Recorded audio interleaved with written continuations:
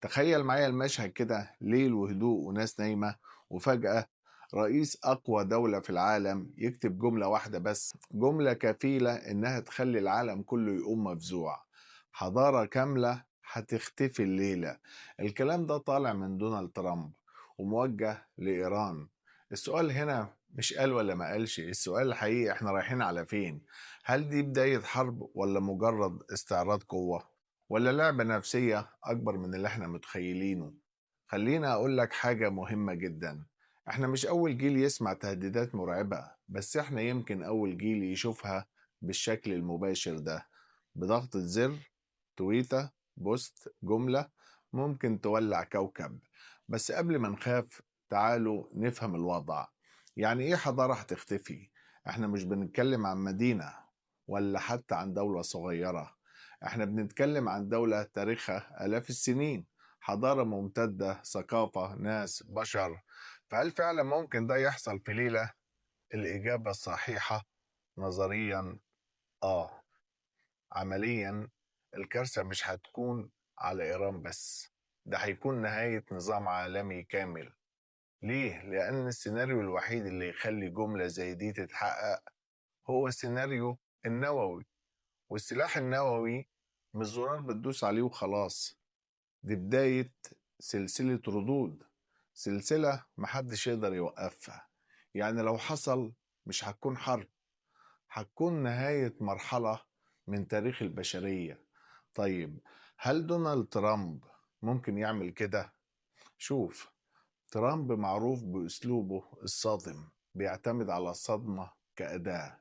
يضربك بالكلام الأول يخليك ترتبك، وبعدين يبدأ التفاوض. يعني إيه؟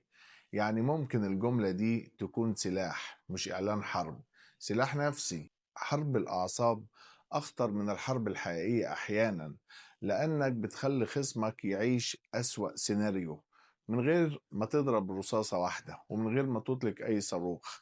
بس هنا بقى الخطورة، لما تلعب بالنار كتير ممكن في لحظة النار تمسك بجد.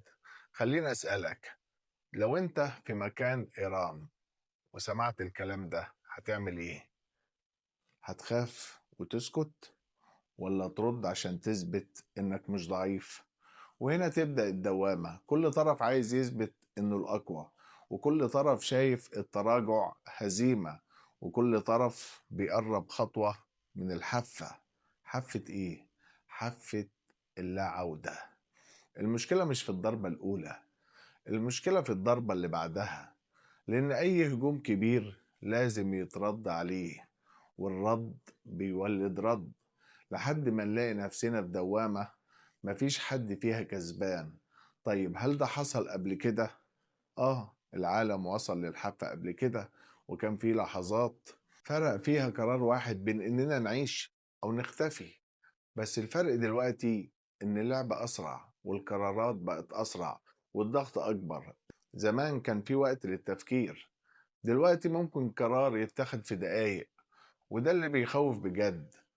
خليني أقولك الحقيقة اللي ناس كتير مش بتحب تسمعها. مش كل تهديد بيتنفذ بس، ولا كل تهديد بيتسحب.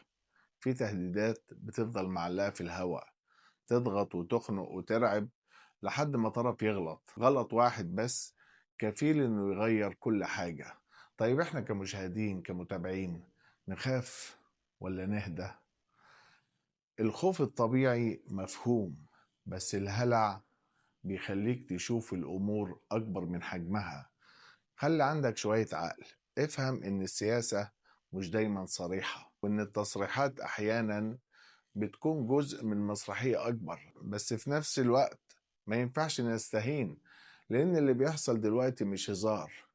تصريحات وتحركات وتوتر، كل ده بيقول حاجة واحدة، إن العالم داخل على مرحلة جديدة، مرحلة فيها صراع واضح، وقوى بتحاول تثبت نفسها، ونظام عالمي بيتغير. السؤال بقى، احنا هنكون فين من ده كله؟ متفرجين ولا فاهمين؟ فرق كبير جدا. المتفرج بيتخض كل يوم على خبر جديد، لكن اللي فاهم بيقرأ المشهد وبيشوف الصورة الكبيرة، الصورة اللي بتقول إن القوة مش بس في السلاح، القوة في التحكم في العقول. ويمكن أخطر سلاح في الزمن ده مش الصواريخ، كلمة واحدة ممكن تخوف شعوب وتضغط على حكومات وترفع أسعار وتغير قرارات، زي الجملة اللي بدأنا بيها: حضارة هتختفي الليلة. جملة مرعبة، بس الأهم من رعبها هو تأثيرها. خلت ناس تخاف وناس تشك وناس تتابع، وده في حد ذاته قوة.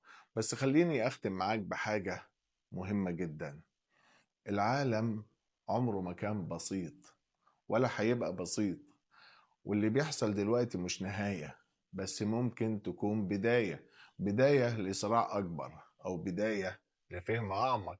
وده راجع لك أنت، هتسمع وتخاف ولا تسمع وتفكر؟ اكتب لي رأيك، هل احنا فعلا على حافة الكارثة ولا دي مجرد لعب الكبار واحنا بنتفرج؟ وخليك فاكر، في زمن الضوضاء اللي بيفكر بهدوء هو اللي بينجو. مش عايز اطول عليكم، كان معاكم عبد السلام محمد من قناة شوية عقل، وسلام مؤقت للحلقة الجاية.